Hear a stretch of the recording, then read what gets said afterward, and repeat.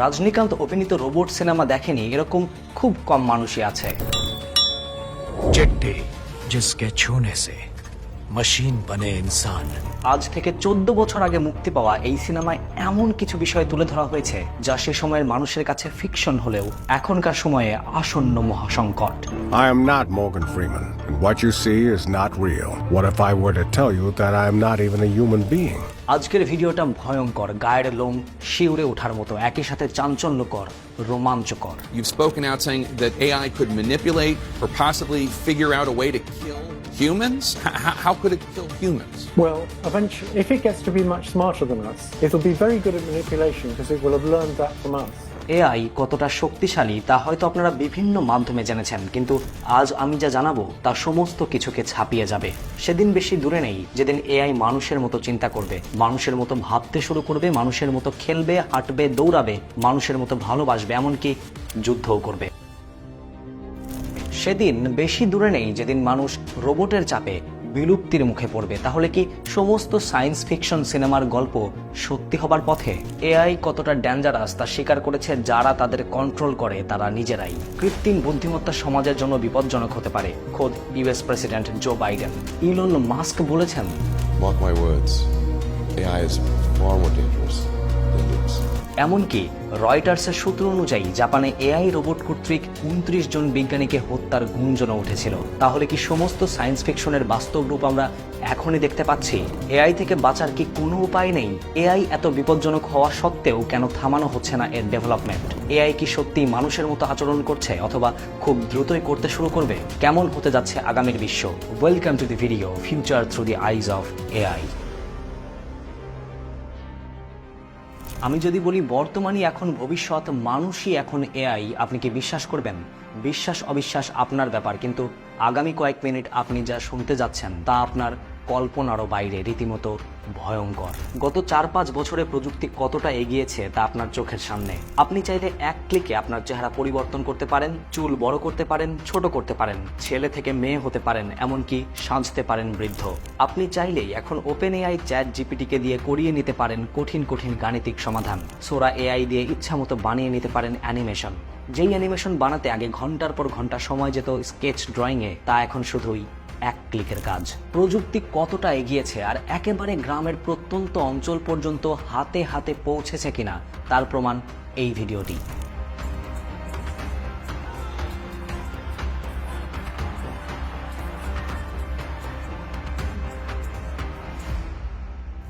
আর শুধু ক্ষতিটাই করেছে এরকম না, আমাদের অনেক কাজকে সহজও করেছে এআই। প্রযুক্তির মাধ্যমে ঘরে বসেই এখন অনেক কিছু সম্ভব।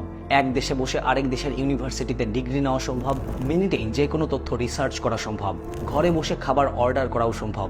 যেমন আপনি চাইলে ঘরে বসেই ফুডপান্ডায় অর্ডার করতে পারেন আপনার জন্য, ফ্রেন্ডস অথবা ফ্যামিলির জন্য যে কোনো খাবার। ধরেন এই মুহূর্তে আপনার তেহারি খেতে ইচ্ছা করছে, তাও আবার ঘরে রান্না করা তেহারি। আপনি ফুডপান্ডার মাধ্যমে খুব সহজেই সেটা অর্ডার করতে পারেন। চাইনিজ, বিরিয়ানি, যে কোনো খাবার অর্ডার করে অফিসের সবাইকে ট্রিট দিতে পারেন। জাস্ট সিলেক্ট আর অর্ডার প্লেস, খাবার পৌঁছে যাবে আপনার দুয়ারে। সবই প্রযুক্তির খেলা। কেউ এখান থেকে ভালোটা লুফে নিচ্ছে আর কেউ আরো প্রফিট ইনকামের জন্য ডেকে আনছে মহা সর্বনাশ। জীবনকে সহজ করার জন্য যেই আর্টিফিশিয়াল ইন্টেলিজেন্সের জন্ম, তাই আজ মানব সভ্যতার জন্য হুমকি। কিন্তু আমার এই কথার প্রমাণ কি? প্রমাণ করব কিন্তু ধাপে ধাপে। সাল 2012, আজ থেকে আরও এক যুগ আগের কথা। নিউ সায়েন্টিস্ট পত্রিকার সাংবাদিক স্যালি অ্যাডিকে সুযোগ দেওয়া হয় যুক্তরাষ্ট্রের মিলিটারি ট্রেনিং ক্যাম্প পরিদর্শনের এক পর্যায়ে তাকে স্নাইপার গ্রাউন্ডের ট্রেনিং এক্সপিরিয়েন্সের জন্য ইনভাইট করা হয়। খুব স্বাভাবিকভাবেই তিনি ছিলেন একজন সাধারণ সাংবাদিক, কোনো মিলিটারি পার্সোনেল না। তাই স্বাভাবিকভাবেই তিনি ট্রেনিং গ্রাউন্ডে খুব একটা ভালো পারফরমেন্সও করলেন না। এমনকি তার বক্তব্য অনুযায়ী ট্রেনিং গ্রাউন্ডের এক্সপিরিয়েন্স তার কাছে সত্যিকারের যুদ্ধক্ষেত্র মনে হচ্ছিল তিনি মারা যাবেন, ভয়ে গলা শুকিয়ে আসছিল। আপনি যদি মনে করেন এই রিয়েলিস্টিক ফেক ট্রেনিং এক্সপিরিয়েন্সই আর্টিফিশিয়াল ইন্টেলিজেন্স, তাহলে আপনি ভুল, কারণ আসল গল্পের শুরু এখন। স্যালিকে দ্বিতীয়বার ট্রেনিং গ্রাউন্ডে পাঠানো হলো, কিন্তু এবার স্পেশাল একটা হেলমেট সহ। এবার স্যালি সবকটি ডামি এনিমিকে পারফেক্টলি শুট করলেন, পাকা যোদ্ধার মতো একের পর এক অবস্ট্যাকল পার করলেন, একাই তছনছ করে দিলেন প্রতিপক্ষের বাংকার, ক্যাম্প, সবকিছু। কিন্তু কিভাবে? কি এমন জাদু ছিল এই হেলমেটে? কি এমন জাদু যা একটি সাংবাদিককে বানিয়ে দিল রীতিমতো পেশাদার যোদ্ধা?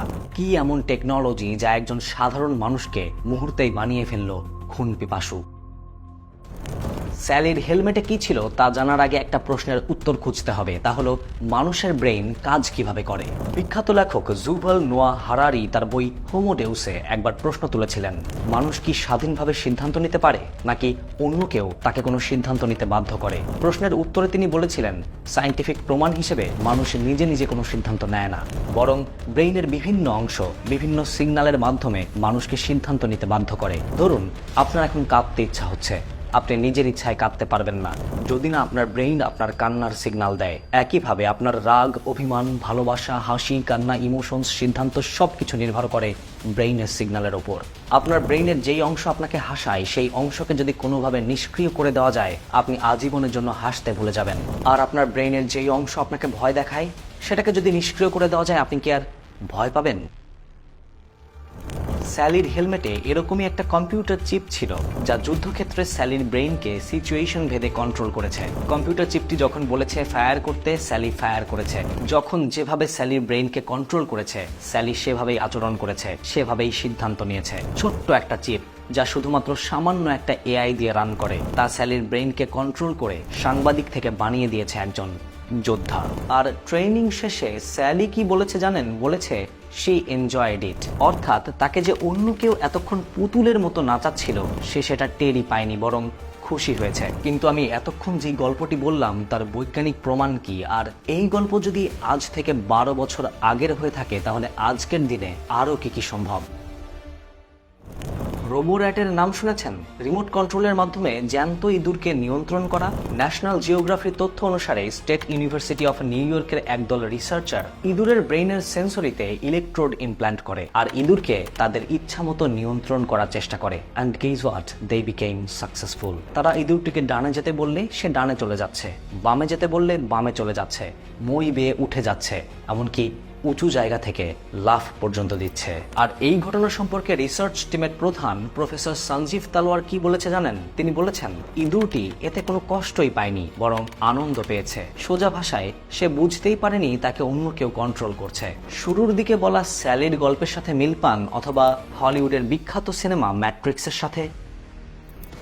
দীর্ঘ 12 বছর ধরে সায়েন্টিস্টরা এই প্রযুক্তিকে উন্নত করেছে। খুব দ্রুতই এই প্রযুক্তিকে অ্যাপ্লাই করবে অনেক প্রতিষ্ঠান। কর্পোরেট অফিসগুলো এমপ্লয়ীদের দিয়ে খুশি খুশি কাজ করিয়ে নেবে সাধ্যেরও বাইরে। যে কেউ বনে যাবে যোদ্ধা ব্রেইনে সামান্য চিপ প্লেসমেন্টের মাধ্যমে। তাহলে মানুষ কি আর মানুষ থাকলো, নাকি রোবট হয়ে গেল? বিজ্ঞানীরা ইঁদুরের নাম দিয়েছেন রোবোর্যাটস। মানুষের নাম হোমো স্যাপিয়েন্স থেকে রোবো স্যাপিয়েন্স হবে না তার নিশ্চয়তা কি?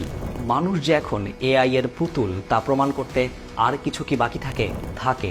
আর সেই গল্পই বলবো এখন, কিন্তু তার আগে বলুন, কখনো কি আপনার সাথে এমন হয়েছে আপনি কোনো একটা প্রোডাক্ট নিয়ে অনেক বেশি ভাবছেন এবং ভাবতে ভাবতে হয়তো ভুলেও গেছেন, তারপরে হঠাৎ ফোনটা স্ক্রল করতে করতে সোশ্যাল মিডিয়ায় ঠিক সেই প্রোডাক্টেরই অ্যাড? অ্যালগোরিদম। আপনি যেই ধরনের ভিডিও দেখেন আপনার সামনে সাজেশন লিস্টে সেই ধরনের ভিডিওগুলোই আসে। আর এটা হলো অ্যালগোরিদমের সিম্পল একটা সংজ্ঞা। কিন্তু এই অ্যালগোরিদম কতটা পাওয়ারফুল তার একটা সামান্য এক্সাম্পল দেই, আপনার রাতের ঘুম হারাম হয়ে যাবে। Total country swallows hitless in 4 trips. Clyde Casey in his second inning relief. New York থেকে প্রকাশিত নর্টন রাউটলেজের আর্টিকেল থেকে উঠে আসে বেসবল খেলার এক চাঞ্চল্যকর উদাহরণ। সাধারণভাবেই প্রতি বছর বেসবল লিগের বেশি টাকাওয়ালা টিমগুলো বেশি টাকা দিয়ে ভালো ভালো প্লেয়ার কেনে আর চ্যাম্পিয়ন হয়। আরও সহজভাবে বোঝানোর জন্য কল্পনা করলে ফুটবলের জায়ান্ট রিয়াল মাদ্রিদের কাছে টাকা অনেক বেশি। সে ভালো প্লেয়ার কিনতে পারে, ভালো ম্যানেজার রাখতে পারে, ভালো ট্রেনার রাখতে পারে আর প্রতি বছর ভালো পারফর্মও করে। কিন্তু লা লিগার নিচের দিকে থাকা গ্রানাডার কি সেই সামর্থ্য আছে? না, নেই, কারণ গ্রানাডার ক্লাব বাজেট কম। এরকমই কম বাজেটের একটা বেসবল ক্লাব ছিল অকল্যান্ড অ্যাথলেটিক্স। বড় বড় ক্লাবগুলো ভালো ভালো প্লেয়ার কিনে নিলে টাকার অভাবে অকল্যান্ড অ্যাথলেটিক্স প্রতি বছরে লিগের শেষের কাতারে থাকতো। কিন্তু ক্লাবের ম্যানেজার বিলি বিন একবার ফোন দিয়ে আটলেন। তিনি কম্পিউটার অ্যালগোরিদমের সাহায্য নিয়ে লো বাজেট প্লেয়ারদের ভেতর থেকে সেরা টিম নির্বাচন করলেন। অ্যালগোরিদম যেভাবে সাজেস্ট করলো টিমকে সেভাবেই খেলালেন। আর ফলাফল কি হয়েছিল জানেন? সেবার অকল্যান্ড অ্যাথলেটিক্স টানা 20 ম্যাচ আনবিটেন থেকে শিরোপা জিতল।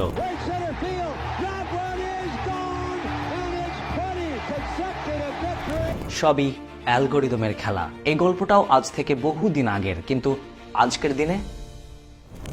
আজকের দিনে অ্যালগোরিদম আপনার ব্রেইনকে বোঝে, যা আপনি বুঝার আগে সে বুঝে যায়। সে আপনাকে সেই জিনিস দেখায় যা আপনি মনে মনে চাচ্ছিলেন, অথচ আপনি হয়তো কখনো খেয়ালই করেননি। কিন্তু এই অ্যালগোরিদমের খেলায় লাভটা আসলে কার হচ্ছে? কৃত্রিম বুদ্ধিমত্তার ক্ষেত্রে যাকে গডফাদারদের একজন বলে মানা হয়, সেই জেফরি হিন্টন গুগল থেকে ইস্তফা দিয়ে হুঁশিয়ারি দিয়েছেন যে আর কিছুকাল পরই চ্যাটবটরা মানুষের চেয়েও বুদ্ধিমান হয়ে যেতে পারে।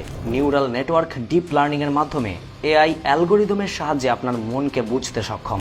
জেফরি হিন্টন নিজেই বলেন, এটা এমন একটা ব্যাপার যে ধরুন আপনার 10,000 লোক আছে এবং একজন লোক একটা তথ্য জানলেই বাকি সবাই স্বয়ংক্রিয়ভাবে তা জেনে যাবে। এভাবেই একটি চ্যাটবট কোনো একজন মানুষের চাইতে বেশি জেনে ফেলতে পারে। এভাবে চলতে চলতে একটা সময় আসবে যখন ব্রেইনে কম্পিউটার চিপ ইমপ্ল্যান্ট করা মানুষকে পুরোপুরি নিয়ন্ত্রণ করবে এআই এবং অ্যালগোরিদম। এতে অল্প কয়েকটি কোম্পানি হবে ধনীর চেয়েও ধনী, ক্ষমতাবানের চেয়েও ক্ষমতাবান, আর মানুষ হারাবে তার সত্তা। আজীবন হয়তো শুনে এসেছেন এআই এর কারণে মানব সভ্যতা বিলুপ্ত হবে, কিন্তু কিভাবে হবে তা হয়তো খেয়াল করেই দেখেননি। আজ হাতে কলমে প্রমাণ করে দিলাম। এআই মানুষের মতো আচরণ করছে কিনা তার থেকে জটিল প্রশ্ন এখন মানুষ এআই এর মতো করে আচরণ করছে কিনা। তাহলে কি আমরা আসলেই বিলুপ্তির পথে? আমরা কি আর মানুষ থাকবো না? হোমোস্যাপিয়েন্স থেকে খুব দ্রুতই রোবোস্যাপিয়েন্স হয়ে যাব, নাকি এর থেকেও বাঁচার কোনো উপায় আছে? উপায় আছে, কিন্তু তার জন্য প্রয়োজন দাবার পাল্টা দানকে আরো বুদ্ধির সাথে প্রয়োগ করা। আর এই দাবার পাল্টা দান হলো আমরাই, অর্থাৎ মানুষ। মানুষ সৃষ্টিকর্তার সমস্ত সৃষ্টির সেরা জীব, অর্থাৎ আশরাফুল মাখলুকাত। এদের বিলুপ্ত করা কি এতই সহজ? আজ থেকে শুরু হতে যাচ্ছে নতুন এক যুদ্ধ, মানব সভ্যতা বনাম এআই। আর আপনার এই যুদ্ধে আপনার সেনাপতি আপনি নিজেই। নিজের ব্রেইনকে কোনোভাবেই অন্য কারো কন্ট্রোলে দেওয়া যাবে না। আপনি আজ থেকে নিজের অ্যালগোরিদম নিজেই ঠিক করবেন, প্রযুক্তির ব্যবহার করবেন, কিন্তু সেটা আপনার ইচ্ছা অনুযায়ী। আপনার ব্রেইনের পাইলট আপনি নিজেই।